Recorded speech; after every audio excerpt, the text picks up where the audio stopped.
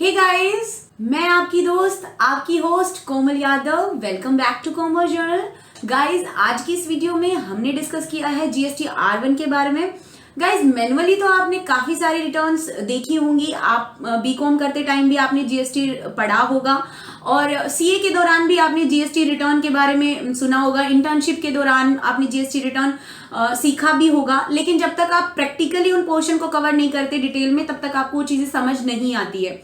So guys, आज की इस वीडियो में मैंने कुछ ऐसे पॉइंट्स को डिस्कस किया है, point by point GST return को फिल करके दिखाया है, ताकि आपको जीएसटी रिटर्न फिल करने में काफी हेल्प हो सके और आप एज ए प्रैक्टिशनर या एज ए प्रोफेशनल भी आगे चल के जीएसटी पे काम कर सके। गाइज, फर्स्ट मैंने नील रिटर्न को कवर किया है। फर्दर आगे हम जीएसटी B2B भी कवर करेंगे। बाकी जितनी भी रिटर्न्स होती है उन सबको भी मैं आपको फिल करके स्टेप बाय स्टेप बताने वाली हूँ। आज की इस वीडियो में आपको अगर जीएसटी रिटर्न फिल करना आ जाए तो आप कमेंट सेक्शन में हमें बता सकते हैं। अगर आपको कोई डाउट रहे तो भी वो आप मुझे बता सकते हैं। मैं और ज्यादा टाइम आपका वेस्ट नहीं करूंगी। So guys, without wasting any time, चलिए जीएसटी के पोर्टल पे चलते हैं और रिटर्न को फिल करके देखते हैं।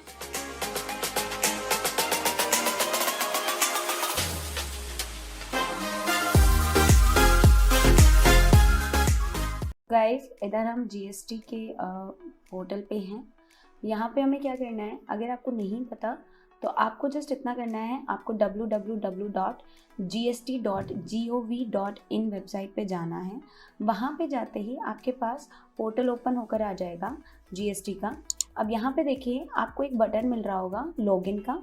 आपको लॉगिन पे क्लिक करना है। आपको जस्ट करना है यहाँ पे लॉगिन के बटन पे क्लिक करते ही आपके पास यहाँ पे यूज़र आईडी एंड पासवर्ड का ऑप्शन आएगा। यूज़र आईडी में आप डाल देंगे, मैंने ऑलरेडी सेव कर रखे हैं, इस वजह से मेरे पासवर्ड और आईडी ऑटो फिल होकर आ गए हैं।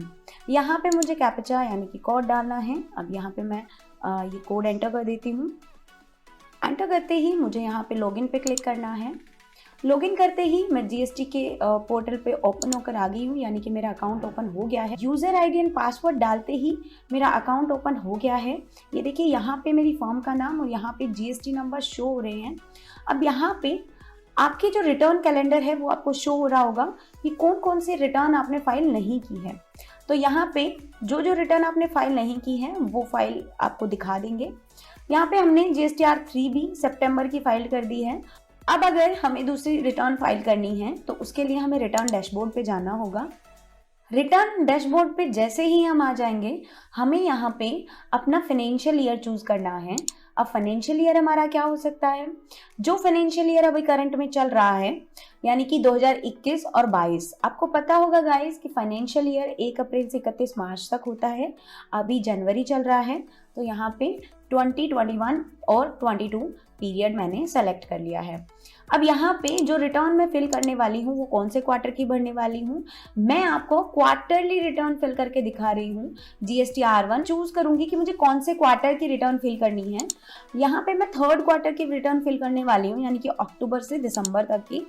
यहाँ पे मैं सर्च पीरियड पे जाऊंगी। सर्च पीरियड पे जाने के बाद यहाँ पे मुझे ऑप्शन मिल रहा है अपनी आउटवर्ड सप्लाई मेंशन करने का, यानी कि जीएसटी R1 जितनी भी मेरी सेल्स हुई हैं वो सेल्स मुझे यहाँ पे डाल देनी है। तो ड्यू डेट जो दिखा रहा है वो ड्यू डेट है 13 जनवरी 2022। तो मुझे यहाँ पे प्रिपेयर ऑफलाइन करना है। प्रिपेयर ऑफलाइन अगर मैं करती हूँ तो यहाँ पे मुझसे पूछेगा कि आपने जो फाइल जो बना रखी थी उसको आपको यहाँ पे अपलोड कर देना है। लेकिन मैं अपनी जो रिटर्न है वो मैं ऑनलाइन ही फिल करने वाली हूँ। तो मैं यहाँ पे वापस से जाऊंगी और वापस से जाने के बाद मैं अपना पीरियड दोबारा से चूज करती हूँ। तो मैं यहाँ पे प्रिपेयर पे क्लिक करूंगी। प्रिपेयर पे क्लिक करते ही यहाँ पे मुझे डिटेल्स डालने का ऑप्शन मिल जाएगा। अब यहाँ पे देखिए, मुझे जो रिकॉर्ड डिटेल ऐड करनी है वो यहाँ पे, अब मेरी जो सप्लाई है मुझे उसके अकॉर्डिंग चूज करना है। क्या मैं B2B बिजनेस कर रही हूँ या फिर मैं B2C कर रही हूँ, या फिर मुझे इनवॉइस एक्सपोर्ट की डिटेल डालनी है। जो भी डिटेल्स मैं यहाँ पे मेंशन करूंगी, मुझे देखना होगा कि मेरा बिजनेस किस तरह की डिटेल्स यहाँ पे ऐड करता है।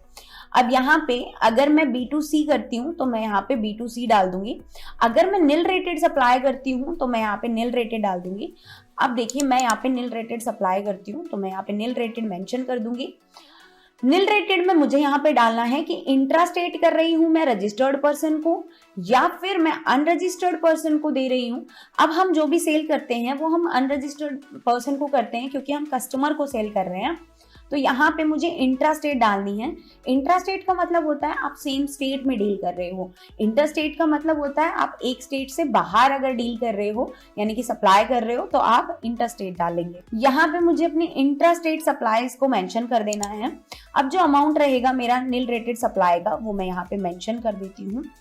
तो मैं यहाँ पे मेंशन कर देती हूँ, मान लीजिए मैंने यहाँ पे कर दी 1 लाख की सप्लाई मेंशन। मैं अमाउंट मेंशन कर देती हूँ। यहाँ पे मैं यहाँ पे अमाउंट ऐड कर रही हूँ 1,45,000 का।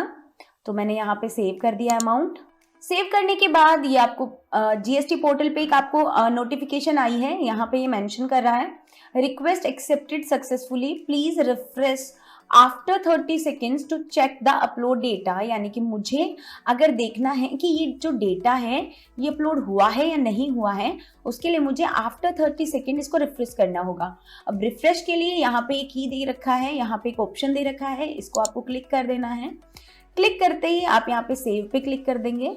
सेव पे करने के बाद आप वहाँ वापस आ जाएंगे। वापस आने के बाद आपको ये देखना है कि आपका जो डेटा है वो जनरेट हुआ है या नहीं हुआ है।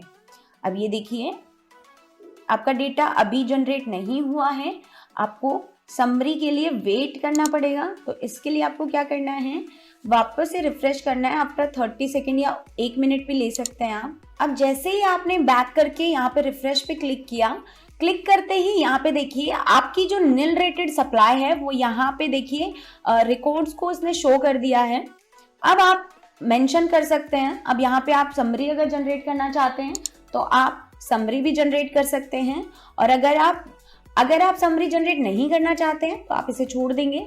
अगर आप जनरेट करना चाहते हैं तो यहाँ पे आप क्लिक करके जो समरी है अपनी वो जनरेट कर सकते हैं। अब आप फिर से एक बार रिफ्रेश का बटन प्रेस करेंगे। अब मैं 1 मिनट के बाद जब यहाँ पे रिफ्रेश बटन पे क्लिक करके देखती हूँ तो यहाँ पे देखिए नीचे जब मैं आती हूँ तो यहाँ पे सबमिट का आपको ऑप्शन ओपन होकर आ जाएगा। अब आपको यहाँ पे सबमिट पे क्लिक कर देना है।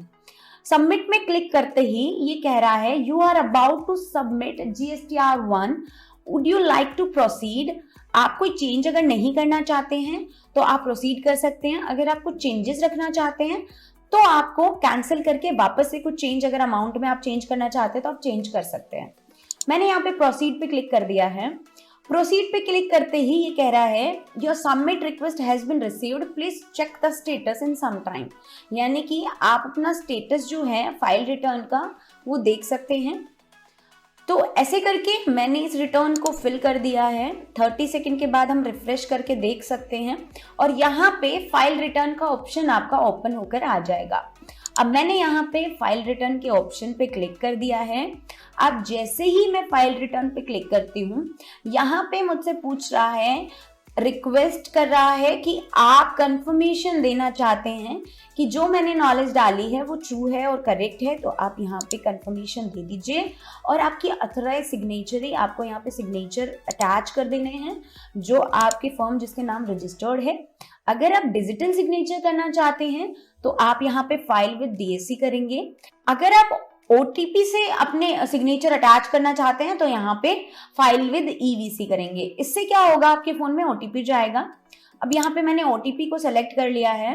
OTP को सेलेक्ट करते ही यहाँ पे मुझसे पूछ रहा है एंटर वन टाइम पासवर्ड। जैसे ही OTP यहाँ पे मैंने डाला, OTP मेंशन करते ही यहाँ पे इंफॉर्मेशन ऐड हो चुकी है। अब यहाँ पे आप रिटर्न आपकी जो है वो फाइल हो चुकी है। अब आप बैक जाएंगे, देखो यहाँ पे स्टेटस आपको फाइल्ड दिखा रहा है। ये देखिए स्टेटस जो है वो आपका फाइल हो चुका है, यानी कि आपकी GST रिटर्न जो है वो फिल हो चुकी है। अब आपको GSTR1 जो है। सो गाइज अब यहाँ पे जब मैं चेक करूँगी अपने क्वार्टर की रिटर्न दिसंबर पीरियड की, तो देखिए यहाँ पे मैं सर्च करती हूँ। सर्च में यहाँ पे मेरा जो स्टेटस आ चुका है वो फाइल्ड आ चुका है। अगर आप समरी देखना चाहते हैं तो यहाँ व्यू पे क्लिक करें। सो गाइज GSTR1 मैंने फिल कर ली है सक्सेसफुली। अगर आप भी GST रिटर्न फाइल करना चाहते हैं अपने आप से तो आप भी इजीली कर सकते हैं। आपको इसके लिए किसी CA की ज़रूरत नहीं है, आप अपने आप भी कर सकते हैं। आई होप आपको ये वीडियो पसंद आया होगा, आई होप आपके डाउट क्लियर होंगे, आई होप आपको ये जीएसटी रिटर्न R1 अच्छे से फिल करना आ गया होगा। अगर आपको फिर भी कोई डाउट रहता है, अगर आप चाहते हैं कि आप इनसे रिलेटेड डिटेल जानना चाहते हैं, आप चाहते हैं कि डिटेल में मुझे जीएसटी रिटर्न सीखना है, या फिर आपको टैली में कुछ डिटेल चाहिए, अकाउंटिंग से रिलेटेड कुछ चीजें जानना चाहते हैं, तो आप हमें कांटेक्ट कर सकते हैं। Contact number, email ID description box में मेंशन है। फिर आप कमेंट सेक्शन में भी बता सकते हैं कि आपको किस तरह का कोई डाउट है, या फिर आप अपनी फीडबैक भी सबमिट करा सकते हैं। और अगर आप चाहते हैं नेक्स्ट टॉपिक भी हम आपके अकॉर्डिंग बनाएं, तो आप हमें टॉपिक भी सजेस्ट कर सकते हैं। We will happy, more than happy to serve you. Thank you so much guys. Bye bye. Take care.